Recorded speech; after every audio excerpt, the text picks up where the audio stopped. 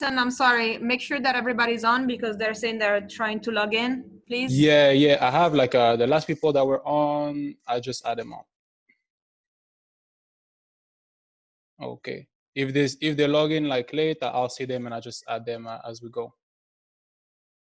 All right, guys. So for those who don't know me, my name is Edson. I'm from France. I've been trading now since August of last year. So it's been a little bit under a year. I was completely new to Forex when I started. So I don't know the level of everybody. So I'm going to start from the beginning and then try to move forward with the strategies that we're doing now with the people in our group. If you have any questions, just drop the question in the chat. I'll respond as many questions as I can, and then also feel free to unmute yourself and then just ask questions as we go. So yeah, that's about it. So again, I don't know the level of everybody. So the first thing I'm going to start with is the mindset. 80% of what you do in trading goes through the mindset. Psychology accounts for 80% of your results. Once you understand that, once you acknowledge that, once you embrace that fact, you're going to start to see results right away. So when I first started personally, I was kind of all over the place. I was taking signals left and right. I didn't have a set strategy. I didn't have a trading plan.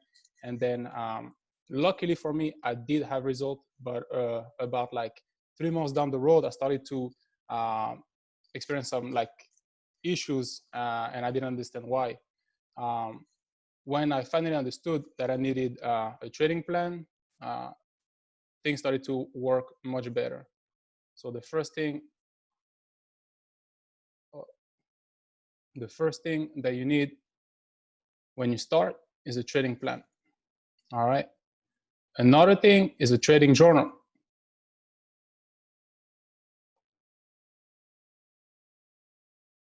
Sorry, I'm letting the people in at the same time.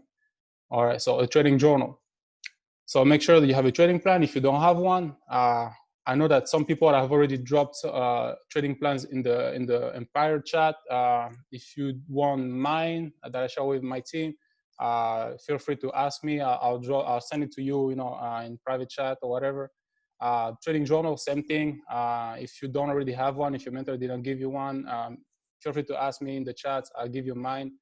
No problem with that. So those things, what they're gonna do is they're gonna, one, hold you accountable, and two, they're gonna give you directions. I always use the same analogy. You don't jump in your car not knowing where you go. You don't jump in your car just to say, I'm gonna drive around. No, you have a destination. You know where you're going. And another thing is you don't set a goal without a deadline. Otherwise, that's just a dream. So you wanna make sure you have a trading plan that's gonna give you direction, that's gonna answer some questions that you have as far as where am I gonna go, when do I want to achieve certain milestones, etc., etc. Your trading journal then is gonna also be key because it's gonna keep track of what you do, keep track of your emotions when you're trading, and make sure that you have everything in check. Make sure that you know what you're trading, what schedule you're trading, what sessions you're trading, and what pairs you're trading. Otherwise, you just blindly walking into the dark, and that doesn't make any sense. You're not gonna get anywhere like that. So those two things were really the two things that helped me starting to get consistent results, and that's the key in trading: consistency and discipline. The other thing is a strategy. And I only put strategy third because regardless of what people may think, strategy, you have like 1,000 strategies out there that are going to be, give you success. We have like around over like 150 educators in the platform. They're all amazing. They really are. All of them, they're really good. So no matter who you pick, it's all about like what you connect with the most. When I first started, I started studying Dr. Kathy Kirkland. She's amazing. She has a really good strategy. I did have results for her, but personally, I didn't connect with that strategy. So I started to look into other educators, and then I found other strategies that worked well for me with my psychology. So along your journey, you're gonna find what strategy works best for you. So strategy is about 20% of the result, because if you don't have the other two, so the other two together, which are going to be doing your discipline and psychology.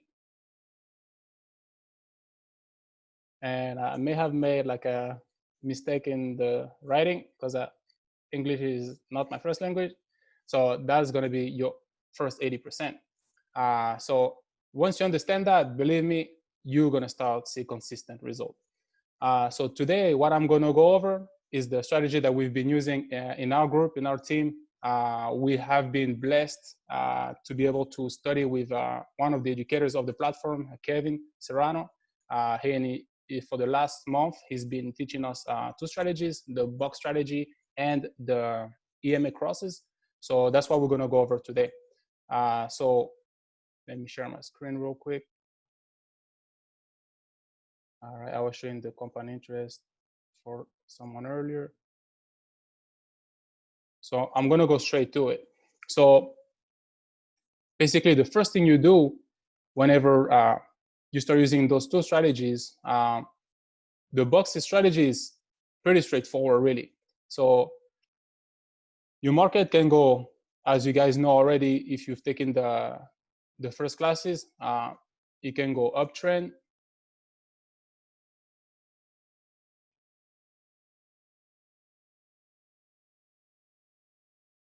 You can also say bullish. You can also say long, however you want to call it. It can go downtrend. You can also say bearish.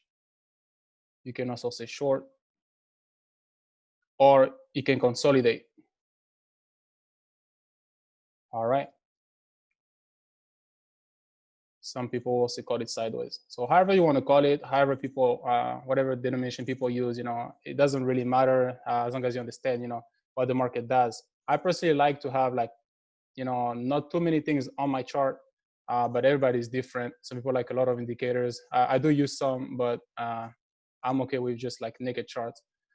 So basically, the box strategy how we're gonna use it is when our market is saturated. So when neither the buyers nor the sellers are in control of the market, is going to be sideways, just like here, for example. So think about it like you have, let's say, okay, so think about it, for example, you have like two people trying to, one trying to open the door and one trying to close it. So they're all going to be pulling, exhausting like about the same amount of force, and the door is going to keep moving in the same little range, all right? Once one of them gets tired and like stops holding the door, what is the door going to do is going to pull or push in one direction like really fast. So that's what we call momentum. And that's what we're catching with the box strategy. So the market, as you can see here, is being trapped in this area. So once we identify that, we're going to box it. And then as soon as the market busts out of that zone, we're going to catch that move. That's essentially what the box move is. So it sounds very simplistic. It's not. It's actually not that simple. Just because when you go in live, you may have you have to get your eyes have to get used to see the market moving sideways, and make sure it's not just like in a pullback, or it's not just slowly moving up. You have to kind of be able to identify that. Once you do, then it becomes easier. Let me see real quick. Can you send me? Yeah, I'll send the plan, Daniel, no problem. All right, and then so if that makes sense for everybody so far, just type a 111. I want to make sure I don't lose everybody, because I know that not everybody has seen that specific strategy. Yeah, Aline is right. Very important to backtest strategies. All right. Can you also show the trading plan? Yeah, no problem, no problem. So let me just finish real quick with the box strategy. So all right, no problem. Okay, so for the box strategy, basically, once you identify your market, so let me try to see like I'm sure I have one that I didn't. Okay, let me try to find one that I didn't mark up. Okay, so this one is like slower, but we could have boxed that, for example. So you see here, you're on a downtrend, okay? And then your market is going to start like consolidate, like right around here. So what we're going to do, we're going to box that out.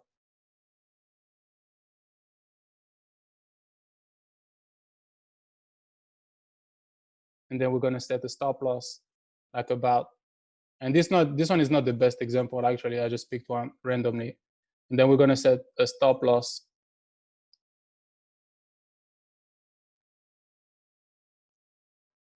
around, let's say, 3 to 5 pip below your box. So the way I do it personally, I use the ruler, just like calculate a little bit below 5 pip below my zone, and then just trace horizontal line, mark it. So I have already pre-saved as a sell stop, but another way you can do, if you don't already have it preset, you just double click on it, or you can also right click on it and then go to settings. And then here you can pick the color you want. I don't like to have too many colors, so I pick the same one as the I have for my bearish candles. And then the text, I put sell stop. Here you can put at the bottom, here at the left. Okay. And then what you can do is the same thing for your buy stop. So I just did a control paste again between 3 and 5 pip above my box. And then here I'm going to label it as a buy stop. Then the last thing I'm going to do is set an alert on it. So I just right click on it, click on alert. And what I'm going to do now is select crossing down because it's for the buy stop only once. And then I'm going to select like until when I want to set that alarm. And then press OK. Once you do that, actually, let me do it for real so that you can see. Okay, add an alert. You can pick if you want to receive an email, pop-up notification on your phone, if you have the trading app, trading view app, sorry, and then notify on the app as well. Then you put create, and then you see it gives you a little alarm. So what the alarm does is it is going to activate. So if let's say you're on the chart, you're trading other pairs, and then if it does crosses down, you're going to receive that alarm. Or if you have it on your phone, you're going to get it on the phone. So you can download the TradingView app, connect it to the same account, and then whatever you have on your computer, you also have it on your phone. So very straightforward. What you can also do is just once you already place your buy stop and your sell stop, enter it on your MetaTrader. That way, you don't even have to look at the alarm. You just place it, and once your trend reach your first TP, you deactivate the other trade. So as far as the TP, the parameters that we use are the following. Oh, let me let this person in. Okay, you're in, buddy. So the parameters that we use are going to be TP1, 15 pips, TP2, 25 pips, TP3, 50 pips. As far as the stop loss, really the stop loss is when we learn the strategy, we learn to put 55 pips on it, but really it's up to what you're comfortable with. Again, this specific strategy is supposed to catch the momentum. So really you should never have like that big of a drawback. But it does happen. And depending on the pair that you're trading, it may be more or less volatile. So it's up to you to see what your comfortable level is and to set the stop loss where you want it to be. But those are the parameters that we use for that specific strategy. Any questions so far on that specific strategy? Let me check the chat real quick.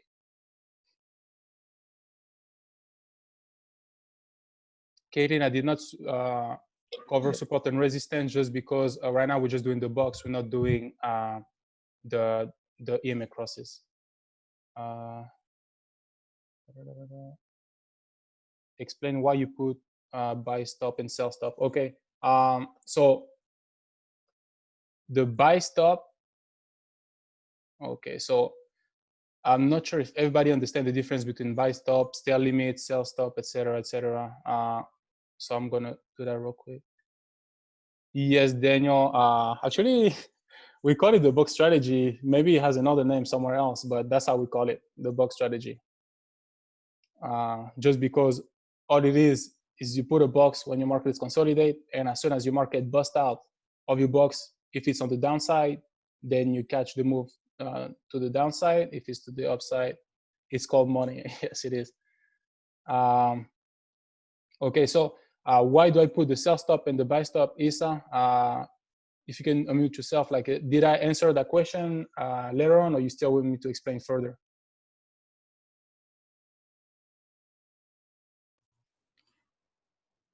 So basically, guys, he's just trapping the market within a box. Okay, so we're just waiting for the market to break either up or down. And when you put a sell stop or a buy stop, as soon as the box breaks in either or direction, it will activate your order automatically.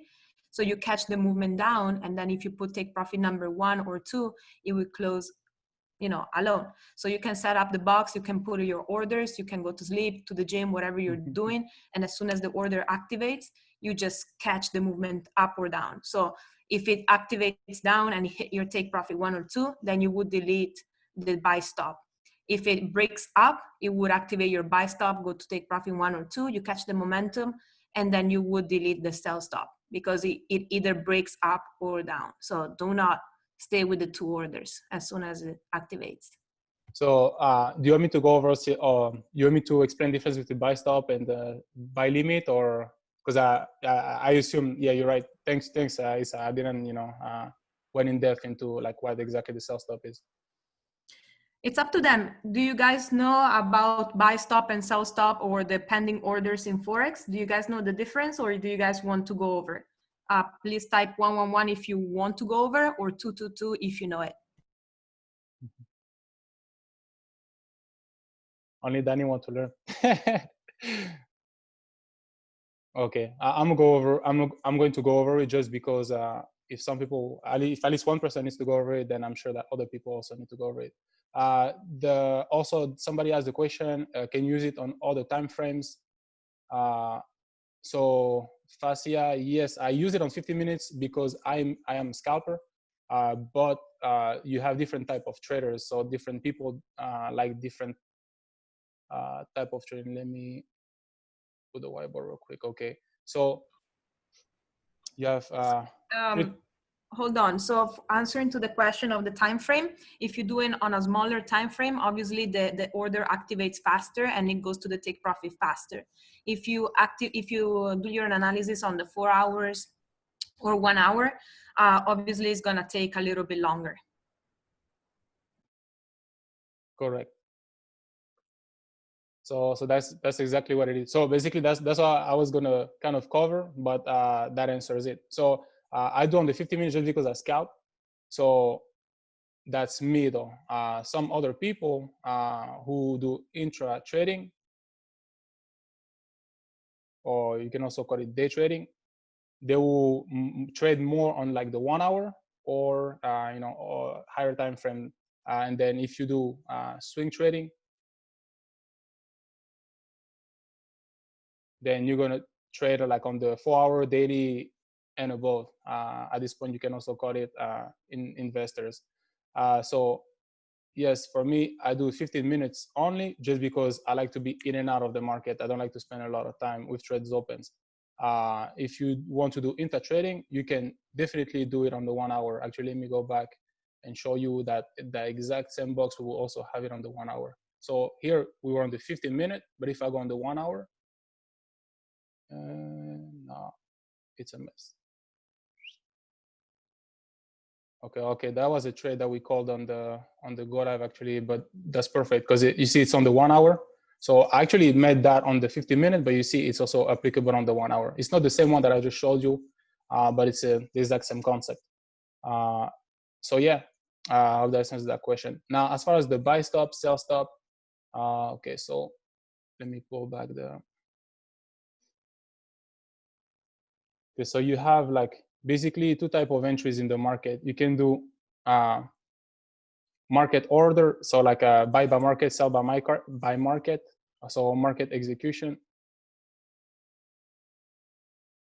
What that means is that you're in complete like control at the time t of what you do. So basically you enter now.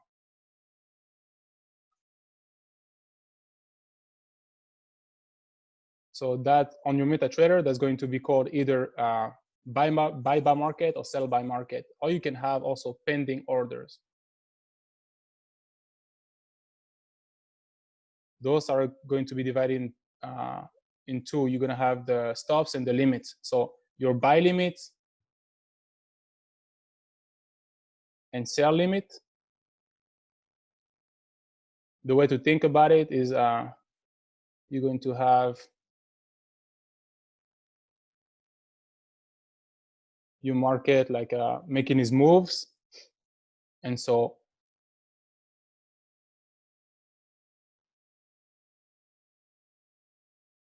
let's pretend that this is where we stand right now. What we're doing when we do a buy or sell limit is that we're telling the market that when it arrives at this specific point, so for a sell limit, for example, when the market gets to that specific point right here, we're going to tell it to sell. All right, so think about it as limit. It cannot get beyond that limit that we fix it. Now for buy stop or sell stop, the concept is going to be pretty similar as it is a pending order. So not something that we're going to do immediately, but something that's going to be activated based on a parameter. And then, so buy stop, sell stop. So for the buy stop, for example, let me erase that.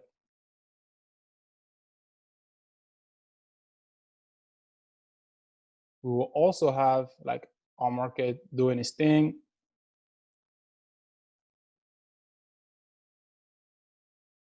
However, what's going to happen is that we're going to tell the market, hey, so we're here, and we're going to say, hey, for example, like for our boxes, when I get to this point, I want you to buy.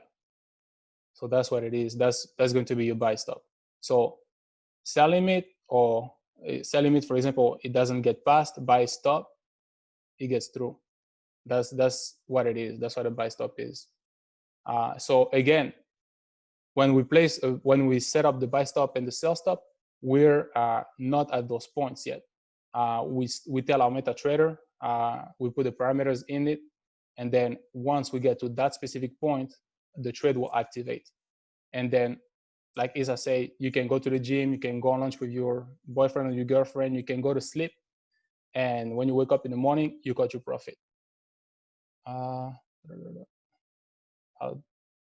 And those are usually 5 pips outside the box. So fascia, yes, I personally use 5 pips. Anywhere between 3 and 5 pips is okay. The reason I use 5 pips, we use 5 pips actually, is because sometimes you're gonna have fake outs. What I mean by that is that you're gonna have candles that are gonna come and then slightly move out of your box, but they're not gonna actually go through, and they're actually gonna come right back in. So because you don't want those fake out to activate your sell stop or your buy stop and then give you a loss, you're going to give a little range outside of it to give you some room to breathe. And then once you pass that little range that you gave, okay, now you can enter the trade. Does that make sense? All right. Okay, perfect. So we're already at 30 minutes. So let me go over the trading plan. I'm not going to do the EMA today. We can do it another time.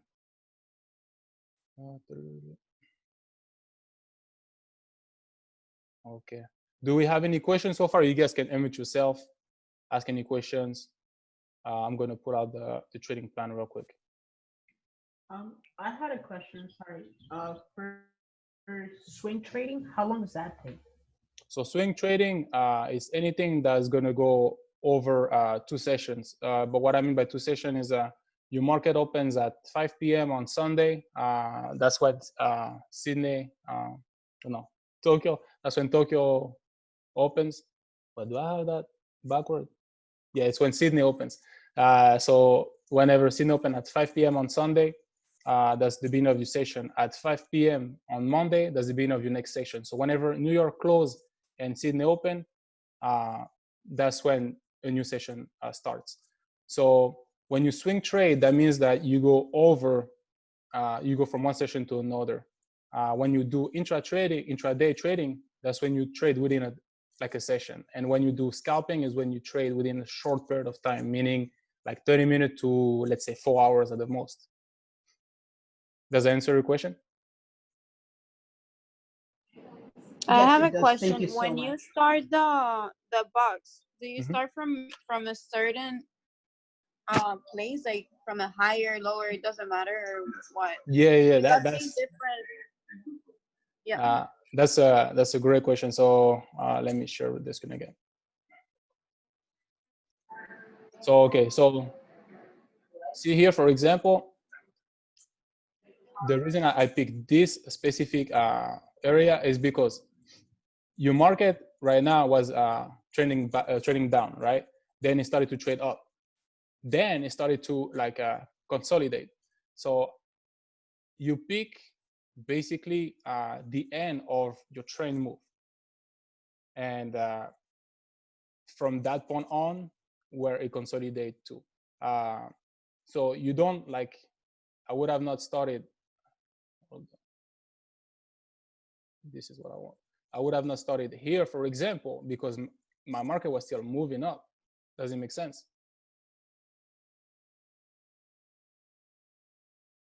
You can unmute yourself. Right. I got it. Thank you so much. No problem.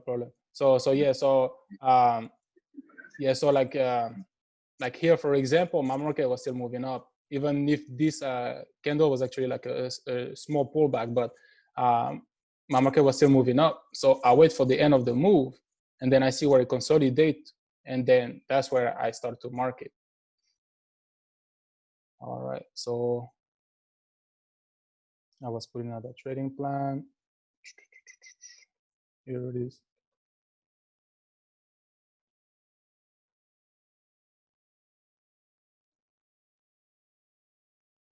Okay, can everybody see it or not?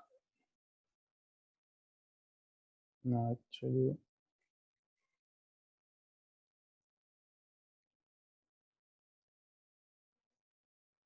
Okay, no, yeah. So I made that for myself when I, hold on, let me check the chat real quick. Yes, okay. All right, now everybody should be able to see it. So basically, I made that for myself when I realized that I was hitting like a point where I was having a result, but I was way too inconsistent. And then I realized that my psychology wasn't there. I was trading like sometimes for a week every day. Then for a week I wasn't doing nothing, and then I will take 20 trades in one day, and then nothing the rest of the week. I mean, I was just very inconsistent. So I started to go over the academy again. Started to listen to some different educators. And then one that reopened my mind was Kim Torres, the FOREX chick. And she had like a beautiful session about mindset and about trading plan. So I started to look further into it. And then what I came down to is, okay, I need to have a plan. So I did make that for myself, and I share it to everybody that's on my team and whoever wants it, just because, I mean, I think everybody should, first of all, everybody should know they need a plan. And second, thanks, Alini. All right, Alini is a master educator, guys. So soon you'll see her on Go Live. So anything she say, just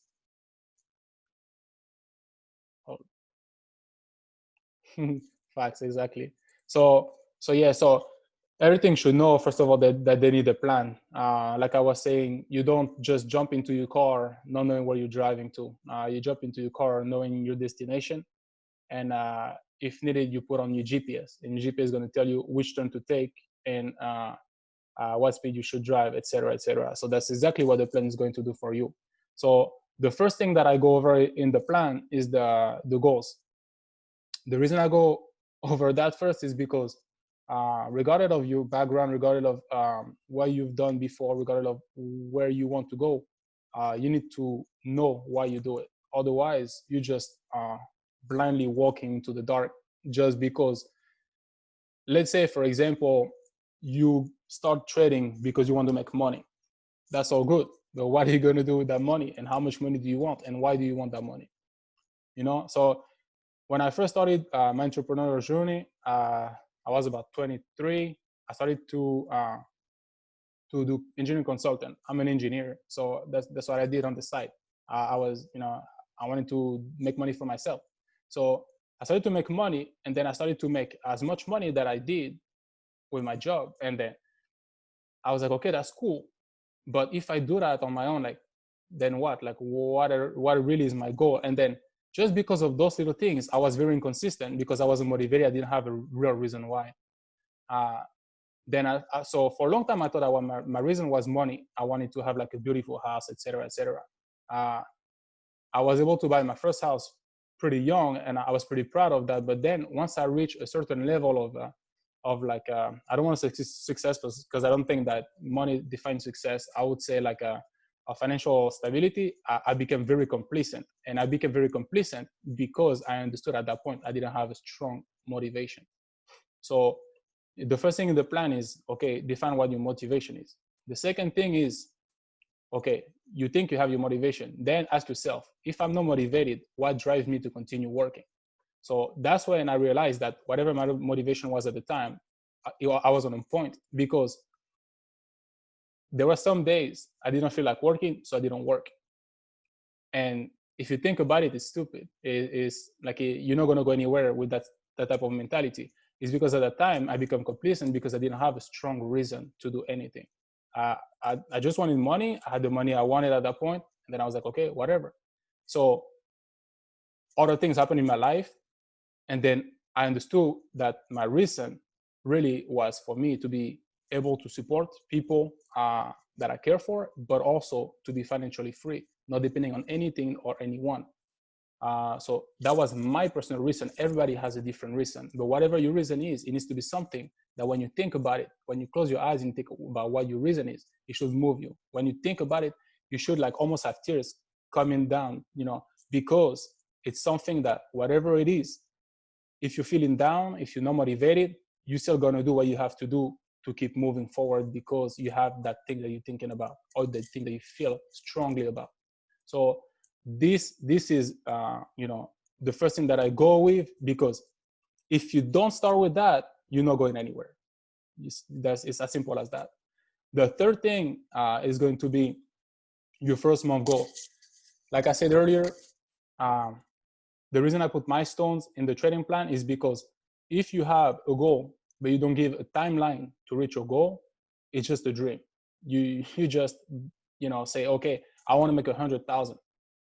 I mean, that's cool, but by when? Because I can want to make 100,000, but if it's in 50 years, it's in 50 years. But if you say, okay, I want to make 100,000 by the end of the month, okay, you actually have a definite goal. That's a goal because you have put a timeline on it. So the first goal is going to be something that should be challenging you, but also something realistic.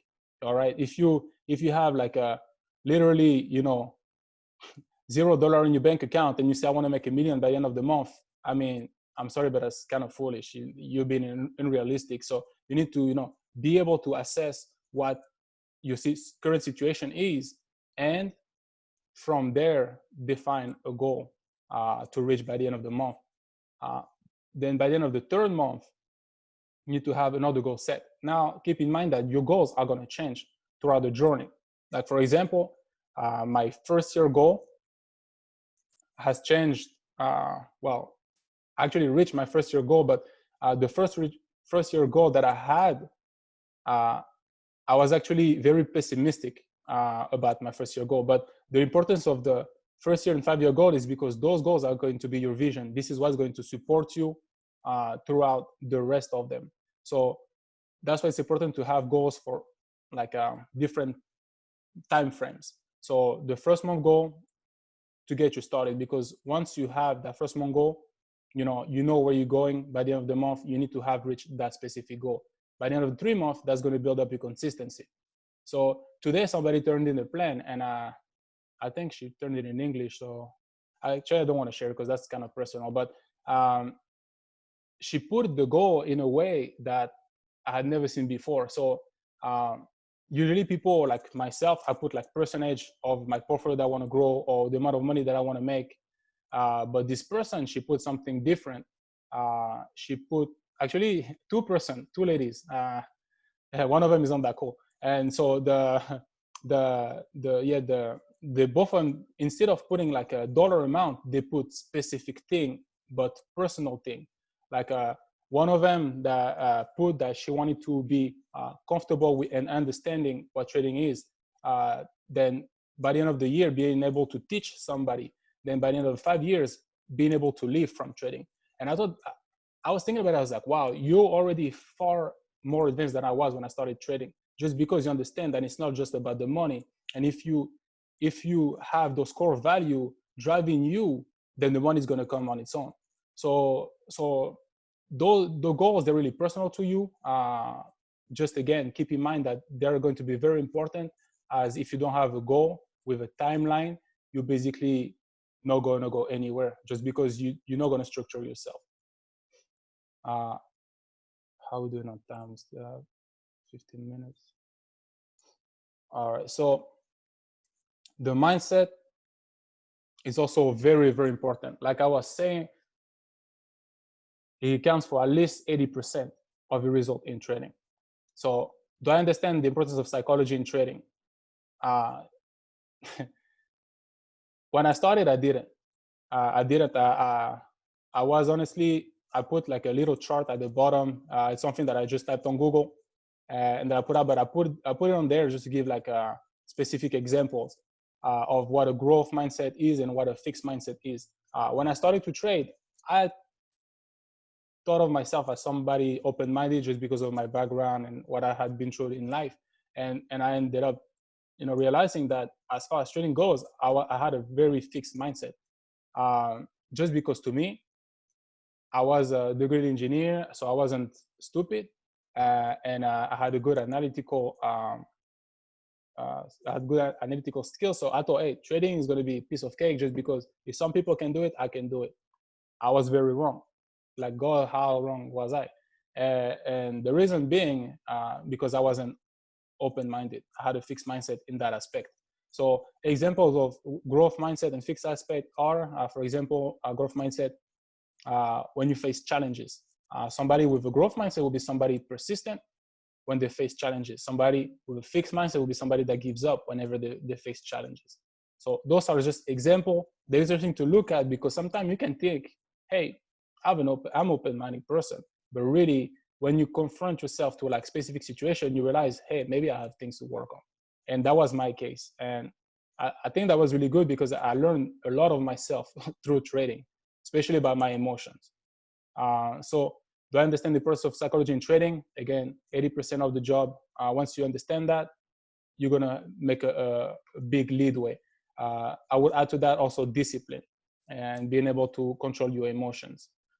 The percentage of traders that actually make money in the market. What I mean by that is I take off the people that make like $1,000 or things like that, or barely break even. They don't count. The people that actually make money in the market are people that actually consistently profitable, that live off of it. So you're talking about at least a few thousand a month. That accounts for only 4 people or 4%, sorry, of the people in the market. So I had no idea of that when I started to trade. I only realized that when I built that trading plan, and I was like, well, what? 4%? That's nothing. And after I read a specific book that's called Trading in the Zone, I understood why only 4% of people made it in the market. Is because, again, the importance of psychology. So The reason I say that is not to scare anybody. It's just for, yeah, the book club. So for those who don't know, we have a book club every Saturday at 4 p.m. Where we go over the book Trading in the Zone. So we went already over the chapters 1 and 2. We're about to start chapter 3. We're about to go over chapter 3 tomorrow at 4 p.m. So Isa is going to drop the book in the chat so that you can read it ahead of time before the meeting. And if you don't want to share, or you don't want to speak, or you want to show your face, it's okay. Just show up, come to the meeting, learn, because that's really important. That's going to help you build the skills, the psychology, mindset that you need to succeed in trading. So make sure you plug in tomorrow at 4 p.m. and just be part of the team. And then little by little, next thing you know, you're going to be sharing as well. So it's all about plugging in. It's all about showing up. It's all about being consistent and doing the extra effort to build your success. So you're more than welcome to be with us tomorrow at 4 p.m. So another thing that I want to share about the mindset is also this analogy that I used earlier with that same person that shared that trading plan with me is that turned in her trading plan to me is that I was explaining to her about the extra things that you do. Like, for example, when I say come into the book club, you have 3 types of person as far as mindset goes.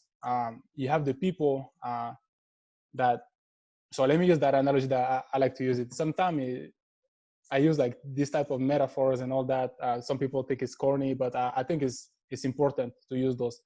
So it's the story of this guy who was walking by a field of construction, and then he see 3 people laying bricks. So he asked them 3, what are you doing? The first person tells him, hey, I'm just laying bricks. He said, okay. Then he moves past him, goes on to the second person. Then he said, hey, what are you doing? And the second person tells him, I'm building a wall. So you see already the difference between those 2 people. The first one tells him, I'm laying bricks. There's nothing wrong about it. That's his job, The second person tells him, I'm building a wall. So you already see the difference. That second person has a goal. He knows that he's not just laying brick to lay brick. So if you're just showing up to the calls, but your camera is not on, you're not paying attention, you're listening to the TV at the same time or to music at the same time, there's nothing wrong with that. I'm not judging anyone, just because we're all different, and it's okay. What I'm saying is you don't have the same vision as the person who has their camera on, that's taking notes, and that's actively listening. And again, it's okay because we're all different. Then he goes on and moves to the third person and asks them, hey, what are you doing? And that third person tells him, I'm building an empire. And the first time I heard that analogy, I was actually not actively listening. And then when I heard those words, I was like, wait, what? And then I was like, that's so powerful, because those 3 people are doing the exact same thing. They may have the exact same situation at that specific moment, but all 3 of them going in 3 different ways. And I think you understand that already, because one of them only sees what he's doing. He doesn't see further. Maybe he was never showed anything better.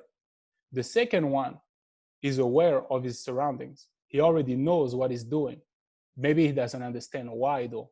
And the third person, they know exactly why they're here, what they're doing, and why they're doing it. So kind of think about it. Ask yourself what kind of person you are right now and what kind of person you want to be among those 3 people. I think the answer is pretty obvious, but if the answer is obvious and you think you're not doing the things that you should be doing, then ask yourself why and what you need to do to be doing those things to have that same vision. The next thing is going to be, do I understand that failure will be part of my growth? When you don't come from, let's say, this is a very tricky topic. So I come from a family, for example, of workers, all right? I'm from the projects. My parents, they've worked their whole life. They've always been employees, and they've always taught me go to school, get an education, go work for a good company, and you have a good life. So that's okay. But if you grow up with that mindset, you go to school. In school, they teach you not to fail classes. They teach you not to make mistake, and they teach you to just follow the system. And always be mindful of not making a mistake. And I think as I grow up, that was bullshit. Because if you don't make mistake, you don't learn. And making mistake to make mistake makes no sense. But if you make mistake and you learn from them, then it's very powerful. Because if you don't try something, you're never gonna move forward. But if you try something with fear, you're never gonna fully grow. So if you try fully and fail and fail and fail, at least you've given it your fullest, and then you will learn from your mistake and then eventually move forward. So that's very important. Like it was very hard for me, honestly, to move past that fear of failure, just because culturally, in my country, in France, is not seen as something that you can do. You cannot make mistake. Like I came to this country not speaking English, and with the only goal of learning English, spending 6 months having fun partying in the school I was in, and then going back home. But then once I was here, I was like, man, I can go back home and just say, hey, I was here for 6 months and I didn't get a degree, or I didn't win the national championship or whatever. And so I stayed. And then I made that bet in my mind. I was like, I'm never going back until I made it. And so once I started to like work for myself and like be a consultant, doing like online businesses and things like that, I have felt so many times, like more than I had ever felt before, because before I had that fear of failure because it was not socially acceptable. And at first I was very scared of doing it. And then once I saw the result, I understood that really there was nothing wrong about fear. It's all about being persistent and understanding why you're failing so that you can learn from it and build yourself up. So failure is a word that's very misused in our communities, in our societies. And once you understand that failure is okay and is going to be part of your growth as a trader or as an entrepreneur in general, then you're going to be okay, because you're going to be mentally prepared to fail. And that's very important. Then do understand that consistent growth comes with consistency and proper risk management. So risk management needs to be like a class on its own. But one thing that I would say for me is that I'm the type of person, personally, I may have a TP1 or TP2 or TP3. Once I see profit and I'm comfortable with the profit, I take the bag and run. Like I don't care about how many pips the trend is going up or going down. As long as I have my profit, I'm good, because you can go broke taking a profit. Like I've heard so many people say that it's not even funny, and it's true. The other thing is, one thing that I learned at my expenses is that if you don't have proper risk management, you expose yourself to emotional pain. I will even say useless emotional pain. What I mean by that is, if you set up your trade knowing how much you're willing to risk, there is no way in hell you can blow an account. It's just impossible. It's just impossible. So you should never enter a trade not knowing how much you're risking. To me, that's reckless. It's just like if you're recklessly driving, like driving intoxicated or high or whatever. And I don't judge people who do that, because you can have a lot of success. Like you have people over leveraging their account and making a lot of money, and that's good. If you're experienced, I mean, it's not good. Don't get me wrong. Like it's okay if it works for them, but at the end of the day, if they blow their account, they can act surprised or anything, because they know they're supposed to use proper risk management. So proper risk management, I'm not going to go too in depth in it, even though it's very important. All I'm going to say is you should never enter a trade not knowing how much you're risking. Professional traders will tell you should never risk more than 2% of your account on one trade. You're gonna hear people tell you more than that. And again, it's all about, you know, the people you listening to, but really professional traders will all tell you you should never risk more than 2 to 3% at the most of your entire account on a single trade. That's just, I mean, it's just not feasible. Once you accept that, once you make that part of your mindset, you will never blow an account ever again. It's just impossible. Because if you risk 2%, how can you blow an account? Does that make sense? So yeah, you have people that trade without stop loss, and if it works for them, then that's fine. And I've been doing it too, like don't get me wrong, but you should never do that, especially with a small account, because you just open yourself to unneeded emotional pain. All right, now I'm going to move to like more the core, so like the actual schedule. So how many hours per day should you be trading? So that depends on you. Like not everybody has the same situation. Like some of us have like 9 to 5, some of us don't. So everybody's different. Some of us have part-time, etc.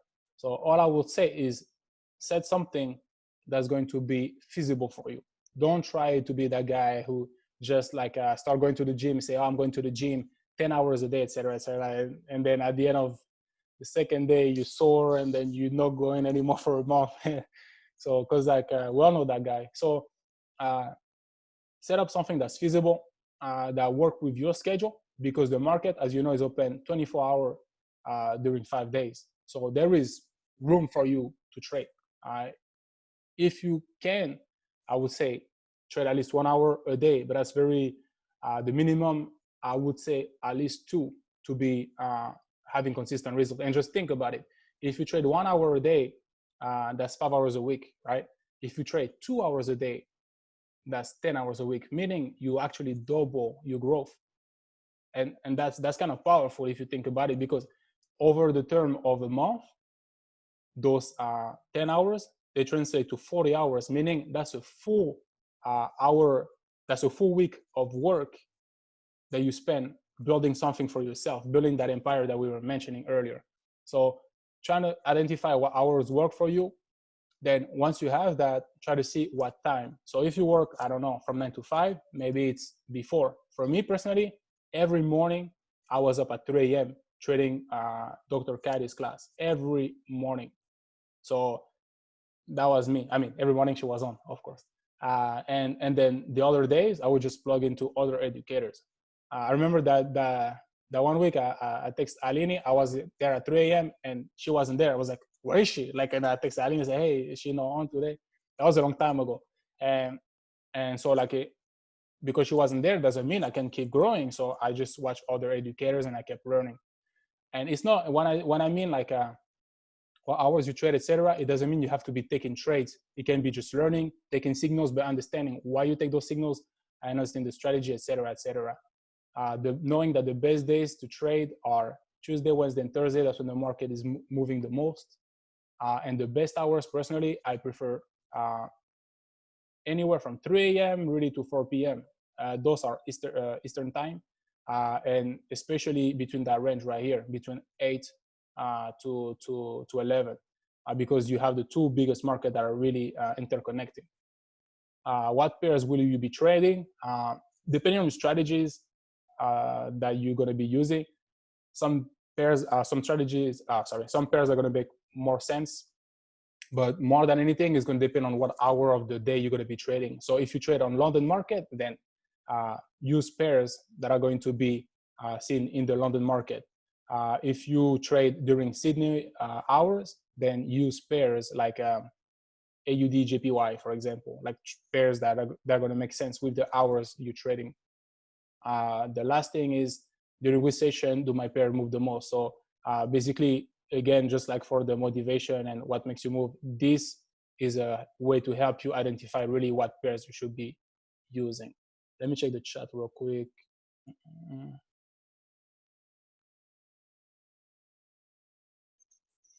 Demo. Yes, Aline, demo.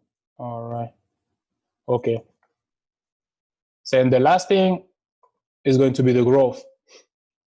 So, first of all, that's going to be tough to decide at first. Like at first, I thought I was going to be an intraday trader, just because the strategy I was using was, I think, best for intraday. So identify the type of trader you are. So like I said earlier, scalpers are the people that are going to be in and out of the market. Those trades are going to range from like 15 minutes. Like my shortest trade, sometimes they're like 5 minutes. And then they can go all the way to like 3 hours, maybe 4 hours at the most. I hate to be in the market more than that. Like I just don't like it personally. But everybody's different. The intraday is going to be the people that are going to be trading like from an hour to like 8 hours. Sometimes it can take up to 12 hours, but like basically understand the concept is during that one session. And then swing trading is across several sessions. So this is going to change maybe depending on who you are, your psychology, the type of person you are. I thought I was somebody that was emotionally very stable, that was very patient, etc., etc. I was wrong. Like I can stand. I thought I was emotionally strong in the sense where I could see my account go down and then go back up, etc. I hate that. Like I just like to snipe point the best entries, be in and out. But as me, some people they like to sit on their profit for a long time. Some people they don't mind beating the red for a long time, etc., etc. So we're all different. So just try to identify as you go what kind of person you are and where you want to move. I had a guy, he was telling me, "Oh, I'll be a swing trader." I was like, "Okay, no problem." Then now, like 2 days ago, he's like, "Bro, I want to be a scalper." Like so everybody is different. Then what is my strategy?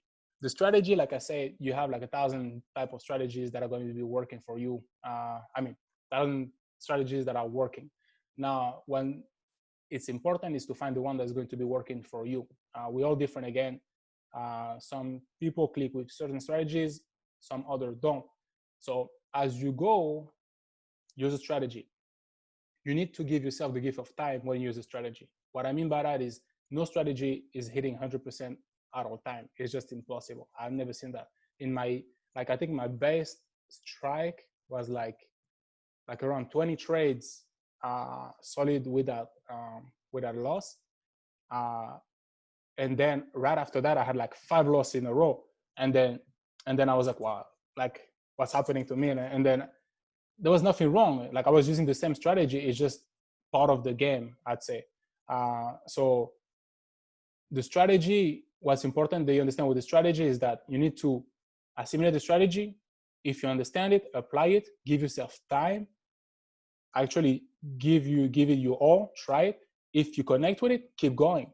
It's not wrong to try other strategies, but don't mix them up. So if you want to run another strategy, but you already have one that's working, then use that strategy on your demo account, give it a try. If it's working, okay.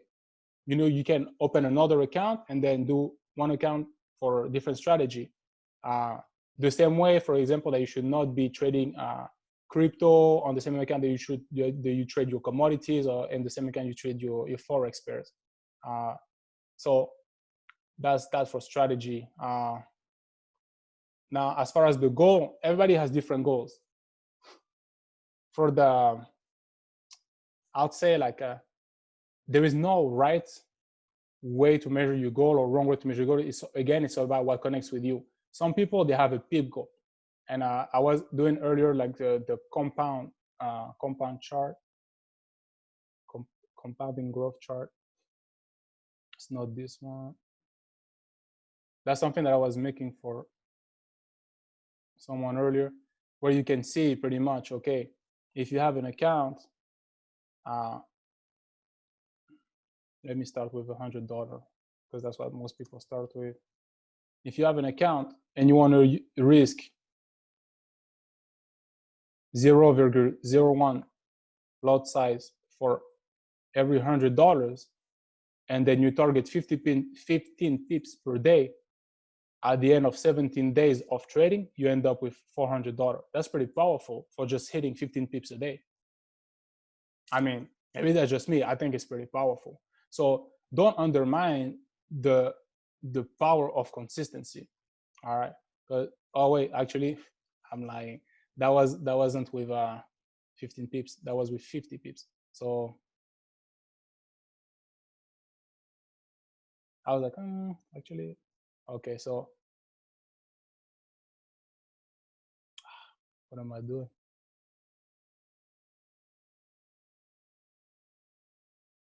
All right.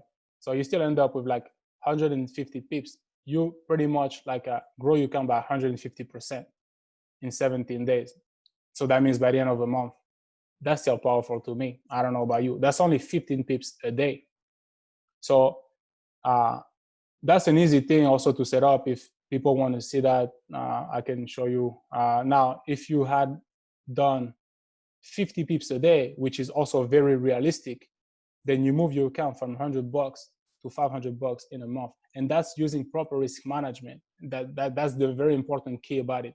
You're using proper risk management, you're respecting all the rules, and you're more than quadrupling your account in a month. I mean, that's just incredible. No bank is going to do that for you. You wouldn't even hit those numbers in 10 years with a bank. So whatever. And so the goal can be pips, it can be a percentage of your portfolio that you're growing, or it can be a dollar amount. It's up to you. I don't think the dollar amount is very good. I personally like to set up like a percentage of my account that I grow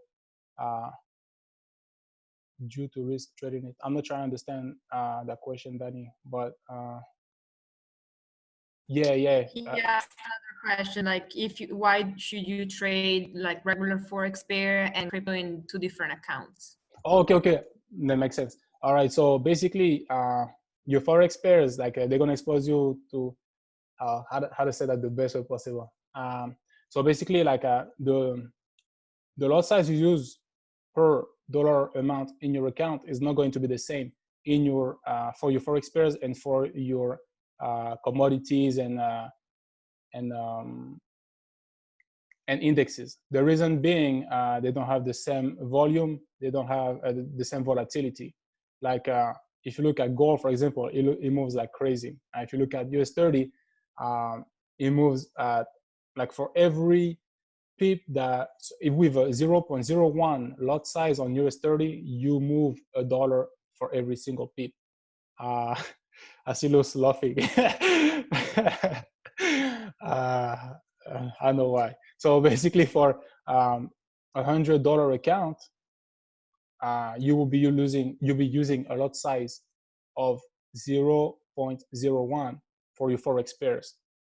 But for your indices and for most of the commodities, that would translate to 0.01 for every 1,000, just because it has so much more volume that just by entering a trade, you will actually lower your profit margin.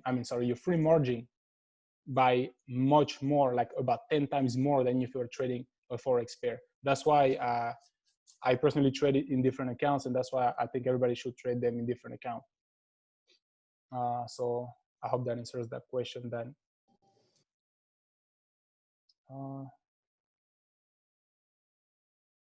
So for the goal, like I was saying, you can set up a pip goal. That's perfectly fine. You can set up a percentage of growth. Personally, my goal is to hit a certain percentage per day and a certain percentage per week. If I hit my weekly goal at day 2 or day 1, the rest of the week, I'm going to be doing demo or doing like on a smaller account, but my main account is good for us a week. I don't touch it anymore, just because by experience, I end up making more mistake if I try to overdo it. But that's what the trading plan is for, to give you structure. It's not about hitting the million tomorrow. It's about being consistent and building wealth over time. At least that's the way I see it. Do you keep your trading journal? So the trading journal, if you don't have one, I can send you this one. I put the instructions on there. Basically, you make sure you put, you trade the day you put it, you put the risk that you want to put. I put 10%, but you can put whatever you want, and then your starting amount, and then it calculates automatically how many pips you did just by you putting the loss or the profit that you. So you basically copy paste what you have on MetaTrader 4. Like let's say you made $10, then you're gonna enter here $12, and it's gonna automatically calculate for you, tell you how many pips you made, etc., etc. Then the important part of it is to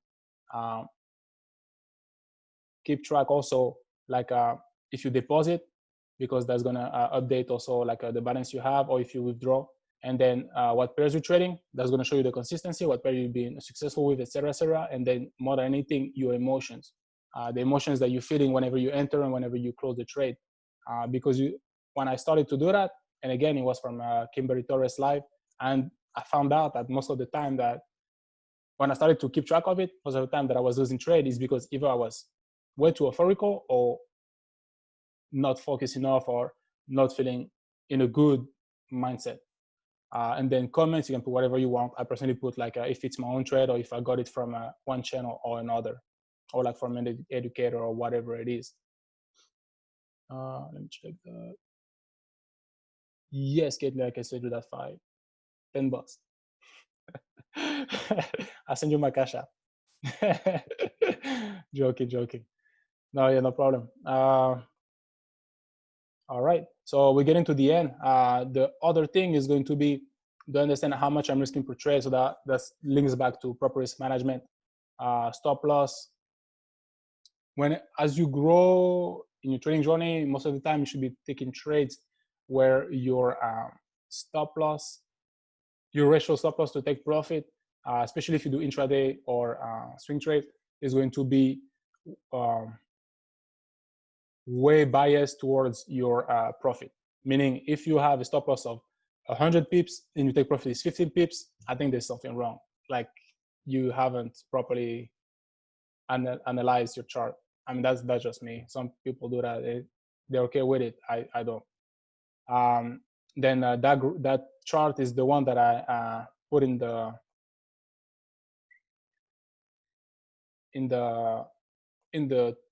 trading journal. Sorry about that. And so basically, it just breaks down for whatever your count is, how many lot size you should be using.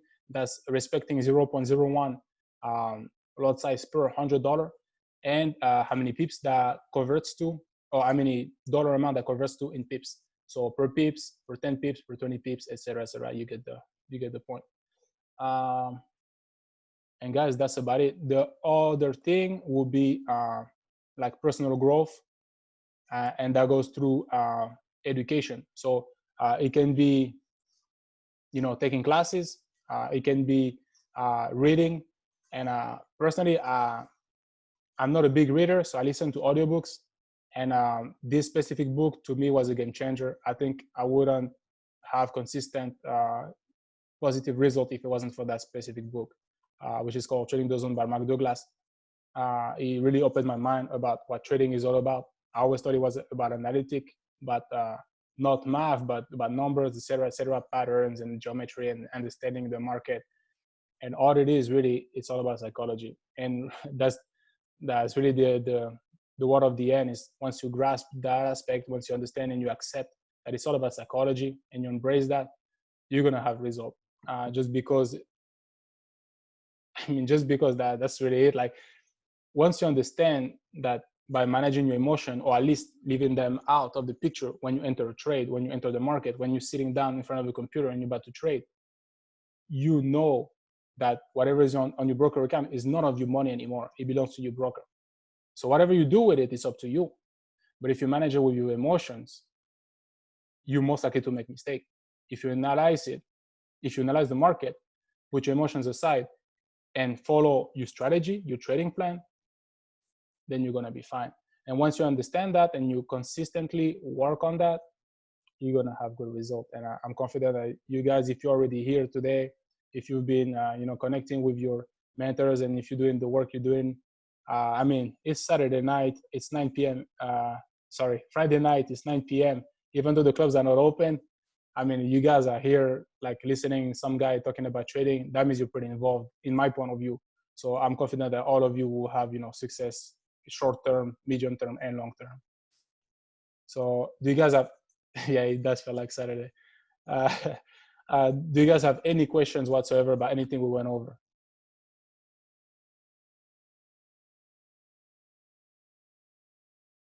I guess not. I have a question. Yeah, go ahead.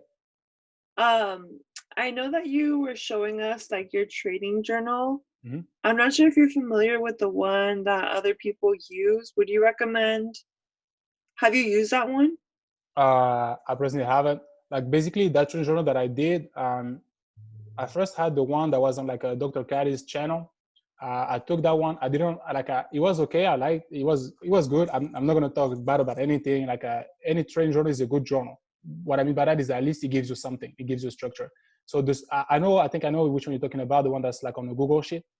I don't know. It's the one that like a lot of people are using. I don't know. It's on Amazon. I could send it on the group chat. But yeah, So I've heard of that one. I haven't used that specific one. I can look at it and give you my point of view.